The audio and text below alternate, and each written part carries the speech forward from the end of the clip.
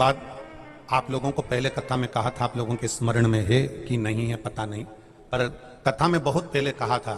जो लोग रोज की कथा सुनते हैं उनको मालूम होगा। बेटी घर से जब विदा हो तो अपने तुलसी के क्यारे में एक घी का दिया जरूर लगवाना चाहिए। बताया था कि नहीं बताया था? कौन कौन को याद है? याद है सबको? वाह, धन्यवाद आपको, आप रोज सुनते हो उसके लिए प्रणाम है आपको।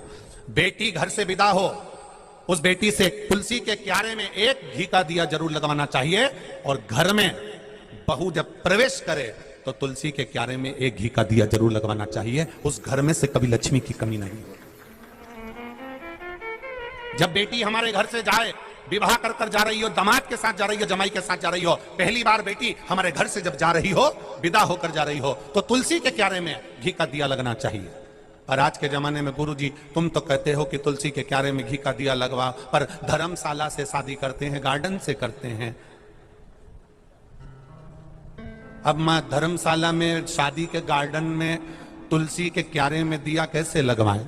अब आप बताओ, क्योंकि यहां तो स्कंद पुराण तो कहती है कि घर के तुलसी के क्यारे से बेटी के हाथ से घी का दिया जलवाकर जब हम घर से बेटी को विदा करते हैं तो हमारे घर की बेटी की पांव की लक्ष्मी हमारे घर में ही रहती है, वो जाती नहीं है।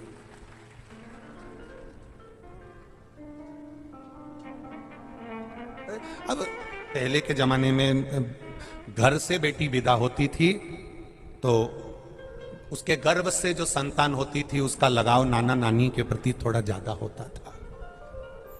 अब होटल से बेटी विदा होती है तो उसके गर्भ से जो संतान होती है उसका लगाव होटल से जरा ज्यादा होता है। जिस घर की बेटी अपने घर के दरवाजे से विदा होती है, दिल्ली से विदा होती है, उस घर में रहने वाले बुजुर्ग नाना नानी से जो बेटी के गर्भ से संतान होगी उसका लगाव घर में नाना नानी, मामा मामी, मौसा मौसी इनसे बहुत होगा। और जो बेटी होटल से विदा हो जाती है उसके गर्भ से जो संतान होगी उसका लगाव होटल के मैनेजर से और होटल से थोड़ा लगाव ज्यादा होगा। ये होता है। पहले बच्चे घर में जन्म लेते थे तो उनका प्रेम दादा दादी से होता था। पहले बच्चे नाना नानी क्या पैदा होते थे तो नाना नानी से प्रेम ज्यादा होता था। आज के बच्चे हॉस्पिटल में पैदा होते हैं इसलिए बच्चों का प्रेम डॉक्टर सिस्टर से ज्यादा रहता है।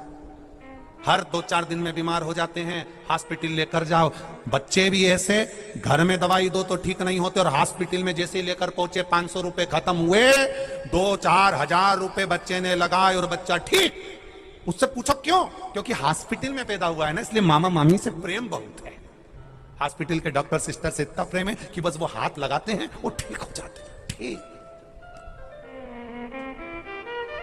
ये प्रेम वाली बात इसमें।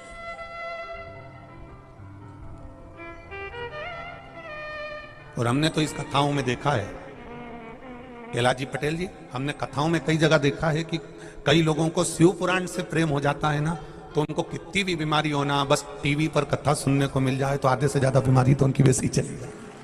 बस कथा मिलना चाहिए। कथा मिली और बीमारी गई।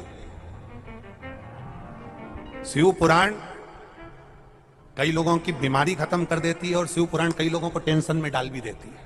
इतनी भीड़, कैसे व्यवस्था हो रही होगी, लोग कहां जा रहे होंगे, क्या खा रहे होंगे, कैसे होगा, क्या होगा, कब होगा, बस आधा टेंशन में ये जीवन निकल गया। 7 दिन की कथा पूरी हो गई। अक्षतम केशवम, अरे बोलो बोलो आगे तो बोलो, राम नारायणम। अब कथा कहने वाले ने कथा कह दी, करवाने वाले ने कर दी, और बाकी के जो टेंशन में भरे पड़े थे वो टेंशन में ही रह गए और लक्ष्मी नारायण का दर्शन हुआ और सब अपने अपने घर चले गए। जिनने सुना था उनने सुन लिया, जिसने नहीं सुना उन्हें रह दिया।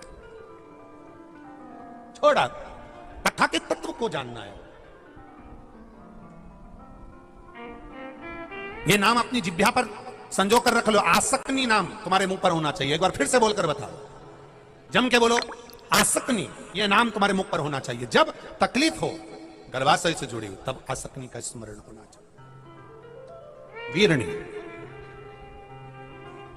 माता ने, और ये माता प्रसूति का जो तप साधना थी, ये माता प्रसूति का जो तप बल था, ये माता प्रसूति की जब तप साधना थी, माता प्रसूति का जो तप बल था, माता प्रसूति की जो आराधना थी, ये आराधना का ही फल तो मिला कि विरणी ने अपनी संतान माता प्रसूति के गर्भ में स्थापित कर दी।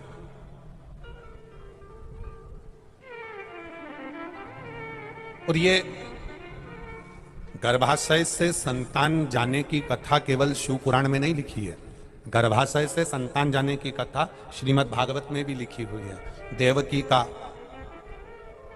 सप्तम गर्भ था और माता देवकी ने स्मरण किया मेरे गर्भ को कंस समाप्त कर देगा, तो देवकी ने हाथ जोड़कर प्रार्थना करी मेरे गर्भ में जो बच्चा है वो रोहिणी के गर्भ में जाकर स्थापित हो जाए।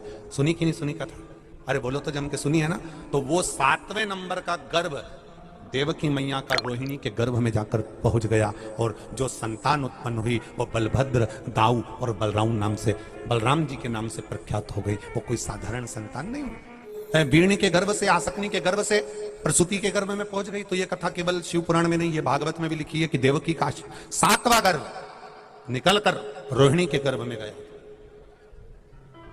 7वां गर्भ निकलकर रोहिणी के गर्भ।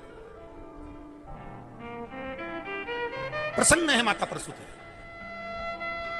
और बड़ी ज्ञान की मुद्रा है माता प्रसूति, जिन्होंने 9 वर्ष की अवस्था में भगवान की आराधना करी है, केवल 9 वर्ष की अवस्था में भगवत भजन में डूबी है। और गांव में 4 ऐसे व्यक्ति रहते हैं जिसके कारण बस हमारा पूरा गांव, हमारा पूरा शहर, हमारा पूरा क्षेत्र बचा रहता है। एक, पूरे गांव में कोई ना कोई नारी सतीव्रता, पतिव्रता धर्म का पालन करने वाली अवश्य रहती है। दूसरे नंबर का, गांव में कोई भगवान का भजन करने वाला अवश्य रहता है। तीसरे नंबर का, गांव में कोई साधु संत तप करा हुआ उसका स्थान अवश्य रहता है। और चौथे नंबर पर, गांव में कोई गौ माता ऐसी रहती है जिसके खुर की वजह से पूरा गांव बचा रहता है, बड़ी बड़ी बीमारियों से बचा रहता है।